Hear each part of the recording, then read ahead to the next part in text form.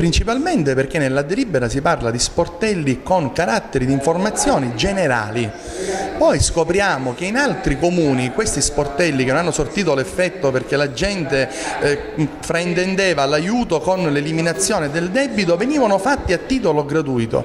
Scopriamo in commissione che già c'erano 100.000 euro approvati da questa maggioranza in bilancio che io ho votato contrario, e addirittura si persevera a prelevare 50.000 euro dal fondo di riserva, 150.000 euro. Io ho ricordato oggi che l'anno scorso per 50.000 euro si chiudeva il centro diurno anziani.